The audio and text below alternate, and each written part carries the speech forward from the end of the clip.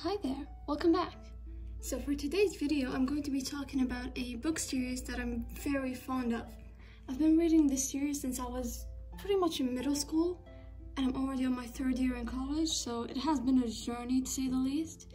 We're going to be talking about this book, which is Quests for Glory. It's the first installment in this book, and I'm really excited to talk about it. But first, let's do a general overview of each book so you guys are in the loop.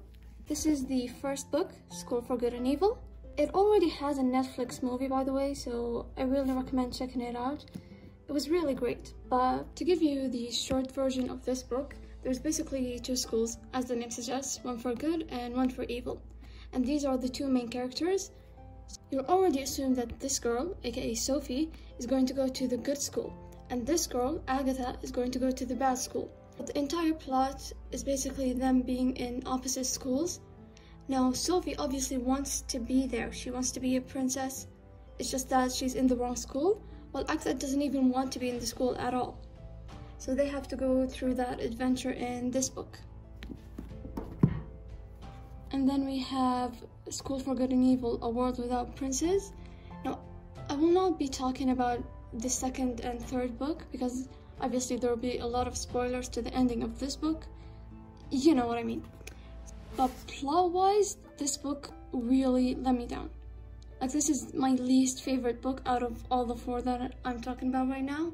I don't know why, I just didn't really like it. This book, which is the third installment, The Last Ever After, is about old versus new. So basically the old fairy tales versus the new ones. This one, I did enjoy it. It brought a lot of new characters to the world, and you can actually explore the world. You can see what exactly they have in their world, and you can imagine it. So these are all the three books that I've read before. And then there's this, Quest for Glory. Now, I'd probably say this is my favorite out of the four. It's either this one or the first book. The first book has its magic. It's the first time that you're ever introduced to this world and to these characters, so I'm a bit biased towards that, but I really like this one as well because of the development that these characters have went through. So this video is centered around this book, but let me just go over this book. Now, I actually got this like 4 days ago. I'm really excited to read it because of this character.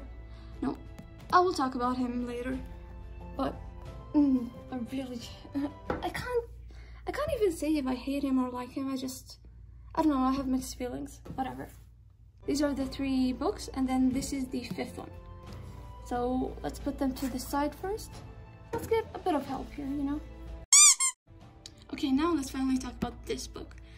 I would give this book probably an 8 or 9 out of 10. I really enjoyed it. So basically, spoiler zone, by the way. Quest for Glory, as the name suggests, the students that are in the school are now in their last year, and they all have to do quests in order to graduate from the school and actually start their own fairy tales.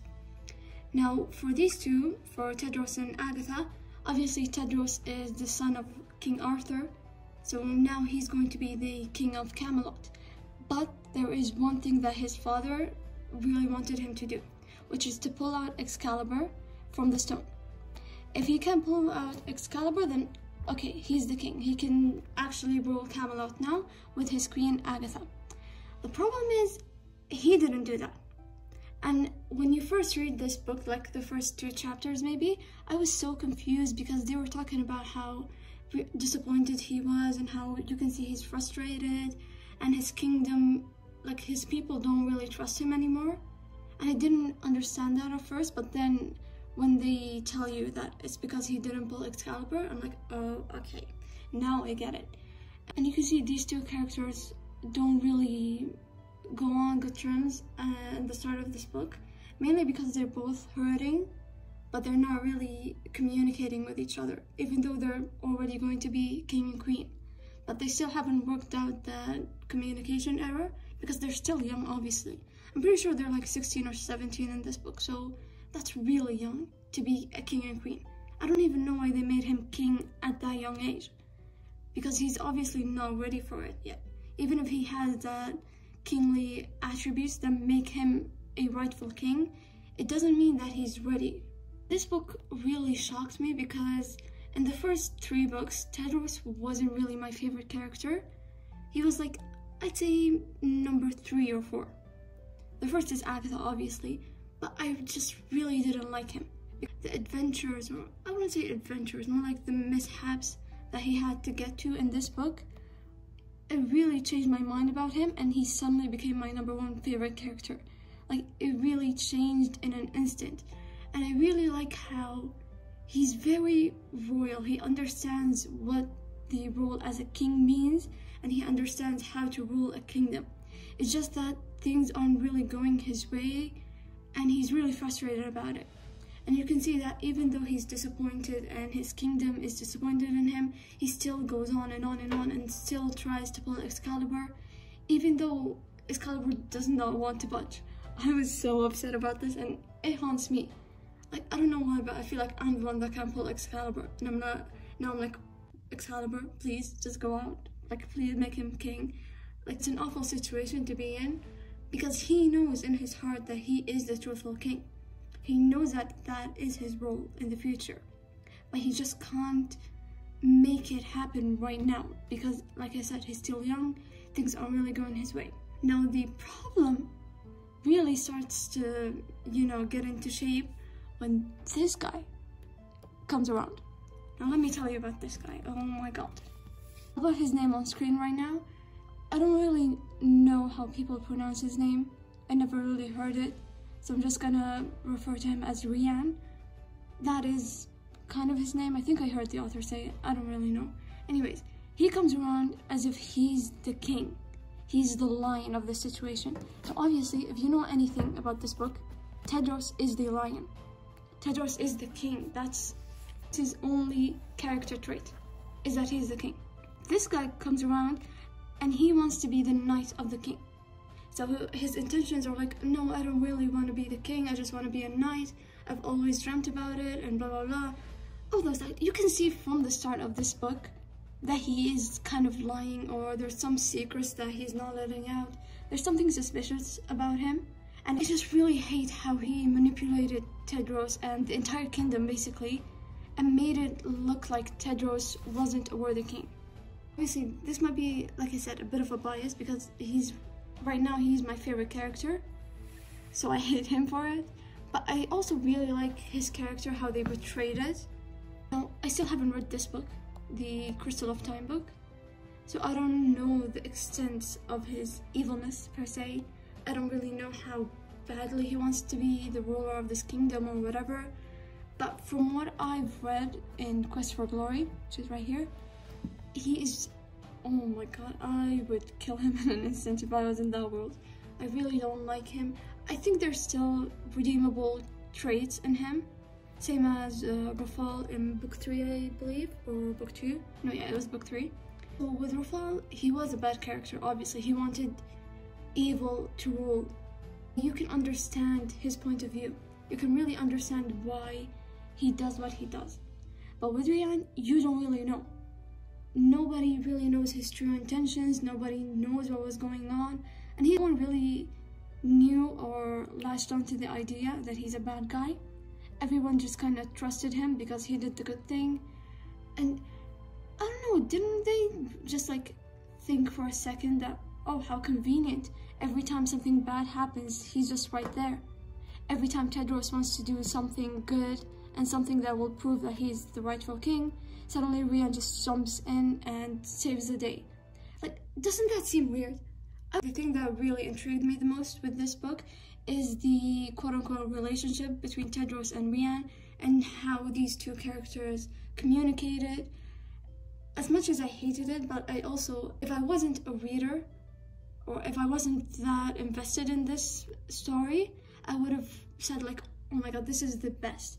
Because I really like the dynamic between Tedros and Rian, and how at first Tedros didn't really trust him, but then he trusted him, and then they started to build a bond together as a king and knight, and he even he officially made him his knight, so he obviously really trusted him.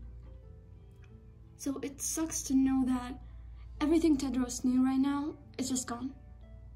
His queen is gone, like in the last chapter, she ran, and Rian, his knight, is also the villain of the entire book. And Sophie, which, to be fair, Tedros doesn't really like her that much, you know, I understand that, but she's still like somewhat his friend, and now she's literally in evil's hand right there. So yeah, it's a really bad situation to be in. I would not want to be in Tedros' shoes right now. It's just terrible, especially, like I said, because he's so devoted to being a king. So now not only his personal life, his girlfriend and his friends are in danger, but also his kingdom. The people that are waiting for him to make the kingdom better, he's suddenly like a prisoner. He's suddenly a prisoner and they're just going to kill him. So that is, like I said, it's a really bad situation, and I don't know how he's gonna work it out. Obviously, by this name it says a crystal of time. And I remember in this book, Agatha took the dean's crystal ball, and I'm pretty sure she didn't return it, so that'll probably be the main plot of book 5. So yeah, I'm interested for that. And while reading this book, I've, put a little marker here. Sorry, book readers. This is like a sin to you, I'm sorry. I really like this quote that Tedros told himself. He said, "Stop acting like a boy, act like a king," which sums up his character so well. Sometimes he stops himself from being a child, being his age and being the person that he is, because he knows that being a king is way more important. He knows that his people are waiting for him, so he needs to start acting like a king instead of acting like a boy. I really like this quote. It's one of my favorite quotes of him, and it's only in like the first chapter? Chapter 2. It's literally only in the second chapter, and he already like dropped a banger of a line. Like, I love this character. This also was a great scene between Agatha and Sophie. Agatha frowned. What happened to not being a snake? So Sophie said, "With you, darling. With everyone else, I'm so me." I really like this quote as well, because like the quote before, it really shows their personality, because as you've known before, Sophie isn't really like the greatest friend. I'll be honest, she's not a great friend, she's not a great person, and yes, she has the whole, "Oh, I'm into evil, I'm the dean of evil," or whatever. I still really hate her character. She's one of my least favorite characters because of the stuff that she pulled in the past. Like, what are you doing? She already knew that Agatha and Tedros were together, but she still tried to be with Tedros multiple times, more times than I can count on my fingers. Like, girl, just stop. Like, oh my god, I really don't like her. And this right here is one of the most heartbreaking scenes in the entire book, and probably the entire series, if I'm being honest, but it's still one of my favorite scenes. And just like imagine it, when Rian first betrays Tedros. So he says, Tedros asks him, "What are you doing?" And Rian says, "What you could never do, being a king." This shocked me so much. Obviously I knew, like I said, I knew from the start that Rian was a bad character, he was evil all along, but it's just the way he really hit a nerve on Tedros, because he attacked him where he was most weak at, which is him not being a rightful king, or a king in general. So yeah, this scene really broke my heart. Every time I reread this book, just like, I really hated the scene, but I also really loved it. Like I said, it's almost how I feel about Rian, if you can see him up there. I really hate it, but I also love this sort of dynamic. My phone just randomly stopped working because the temperature was so hot in here in this room, so I had to turn on the AC. I'm sorry about that. If you can't hear my voice well, just know, trust me, it's for my iPhone's sake. Like I said, this is one of my favorite scenes, but it's also one of my least favorite scenes, because it's just so heartbreaking, and just imagining Tedros's facial expressions and how he felt at that moment, it really breaks my heart, because he's now my favorite character in this series, so I don't want his heart to be broken. And yeah, that is basically it for my book review. Obviously, I went on an entire roller coaster. I talked about the entire books. I talked about Rian, I talked about Tedros, and all of these random things. So it wasn't really mainly a Quest for Glory review, it was an entire series review, but I had fun while doing it, and I hope you had fun too.